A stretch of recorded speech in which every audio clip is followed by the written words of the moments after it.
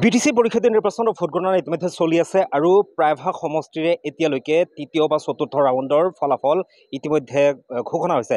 আমি এই মুহূৰ্তত 20 নং মথনগুৰি পৰীক্ষাৰ্থী সমষ্টি আৰু 21 নং শালবাৰী পৰীক্ষাৰ্থী সমষ্টিৰ ফলাফল দৰ্শকসকলক জনাব বিচাৰিছোঁ। প্ৰথমতে আমি 20 নং মথনগুৰি পৰীক্ষাৰ্থী সমষ্টিৰ তৃতীয় ৰাউণ্ডৰ ফলাফল ইতিমধ্যে ঘোষণা হৈছে আৰু আমি উপস্থিত আছোঁ মচলপুৰত আৰু এই কাউণ্টিং চেণ্টাৰৰ পৰা আমি দৰ্শকসকলক জ্ঞাতাৰ্থে 20 নং মথনগুৰি সমষ্টিৰ তৃতীয় ৰাউণ্ডৰ যি ফলাফল সেই ফলাফল আপোনালোকক জনাব বিচাৰিছোঁ।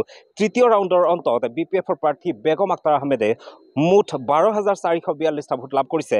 ইয়াৰ বিপৰীতে বিজেপিৰ প্ৰাৰ্থী গৌতম দাসে 6,885টা ভোট লাভ কৰিছে আৰু UPPLৰ প্ৰাৰ্থী 4,668টা ভোট লাভ কৰিছে। এয়া আছিলে 20 নং মথনগুৰি পৰিষদীয় সমষ্টিৰ তৃতীয় ৰাউণ্ডৰ অন্তত ফলাফলৰ ভোটৰ সংখ্যা। আৰু আমি ইয়াতে যদি তৃতীয় ৰাউণ্ডত কোনে কিমান ভোট লাভ কৰিছে সেই সংখ্যা যদি জনাব যাওঁ তেতিয়াহ'লে তৃতীয় ৰাউণ্ডৰ অন্তত 20 নং মথনগুৰি পৰিষদীয় সমষ্টিৰ BPFৰ প্ৰাৰ্থীয়ে লাভ কৰিছে মুঠ 3,270টা ভোট আৰু এই তৃতীয় ৰাউণ্ডত তেওঁ লাভ কৰা 3,270টা ভোট লৈ তেওঁৰ সৰ্বমুঠ ভোট হৈছে 12,442টা ভোট। আৰু ইয়াৰ পিছত বিজেপি দলে তৃতীয় ৰাউণ্ডত লাভ কৰিছে 3,024টা ভোট আৰু এই থাৰ্ড ৰাউণ্ডত গৌতম দাস অৰ্থাৎ বিজেপিৰ প্ৰাৰ্থীগৰাকীয়ে লাভ কৰা 3,024টা ভোট লৈ তেওঁৰ সৰ্বমুঠ ভোট হৈছে 6,885টা ভোট তেওঁ লাভ কৰিছে তৃতীয় ৰাউণ্ডৰ ফলাফলৰ গণনাৰ অন্তত। আৰু UPPLৰ প্ৰাৰ্থী মাখন স্বৰ্গীয়াৰে তৃতীয় ৰাউণ্ডত লাভ কৰিছে 1,137টা ভোট আৰু এই তৃতীয় ৰাউণ্ডত তেওঁ লাভ কৰা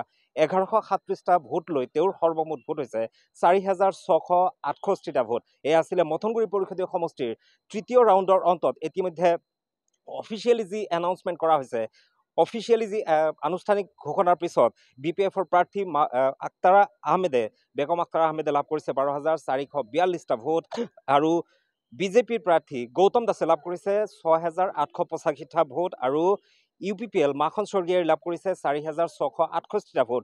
ইয়াতে যদি আমি মাৰ্জিন চাব যাওঁ তেতিয়াহ'লে BPFৰ প্ৰাৰ্থী বেগম আক্তাৰ আহমেদে তেওঁৰ নিকটতম প্ৰতিদ্বন্দ্বী গৌতম দাসক 5,557টা ভোটত তেওঁ পিছত পেলাইছে আৰু বেগম আক্তাৰ আহমেদে থাৰ্ড ৰাউণ্ডৰ গণনাৰ অন্তত 5,557টা ভোটৰ অগ্ৰগতি লাভ কৰি আছে। আমি এই মুহূৰ্তত শালবাৰী পৰিষদীয় সমষ্টিৰ চতুৰ্থ সমষ্টিত ইতিমধ্যে চতুৰ্থ ৰাউণ্ডৰ গণনা সম্পূৰ্ণ হৈছে আৰু ইতিমধ্যে অফিচিয়েল যি আপডেট সেয়াও আহি পৰিছে।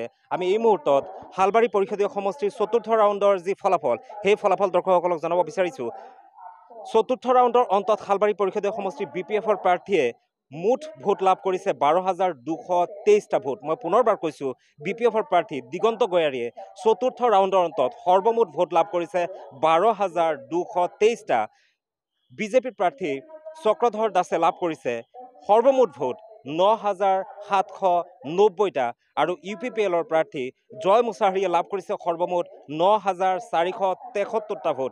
আৰু যদি মই ইয়াতে পাৰ্ট কৰি জনাব বিচাৰোঁ যে চতুৰ্থ ৰাউণ্ডত কোনে কিমান ভোট লাভ কৰিছে তেনেহ'লে চতুৰ্থ ৰাউণ্ডৰ ভোট গণনাৰ অন্তত BPFৰ দিগন্ত গয়াৰীয়ে মুঠ ভোট লাভ কৰিছে কেৱল চতুৰ্থ ৰাউণ্ডত তেওঁ লাভ কৰিছে 2,923টা ভোট লাভ কৰিছে আৰু এই 2,923টা ভোট লৈ দিগন্ত গয়াৰীৰ মুঠ ভোট হৈছে 12,223টা আৰু বিজেপিৰ প্ৰাৰ্থী চক্ৰধৰ দাসে চতুৰ্থ ৰাউণ্ডত লাভ কৰিছে 3,231টা ভোট আৰু এই চতুৰ্থ ৰাউণ্ডত 3,231টা ভোট লৈ চক্ৰধৰ দাসৰ মুঠ ভোট হৈছে 9,790টা আৰু UPPLৰ প্ৰাৰ্থী জয় মুছাহাৰীয়ে চতুৰ্থ ৰাউণ্ডত যি লাভ কৰিছে তেওঁ 2,270টা ভোট আৰু এই চতুৰ্থ ৰাউণ্ডত তেওঁ লাভ কৰা 2,270টা ভোট লৈ তেওঁৰ সৰ্বমুঠ ভোট হৈছে 9,473টা ভোট। গতিকে ইয়াতে যদি আমি চাবলৈ যাওঁ তেতিয়াহ'লে বিজেপিৰ প্ৰাৰ্থীতকৈ BPFৰ প্ৰাৰ্থী দিগন্ত গয়াৰী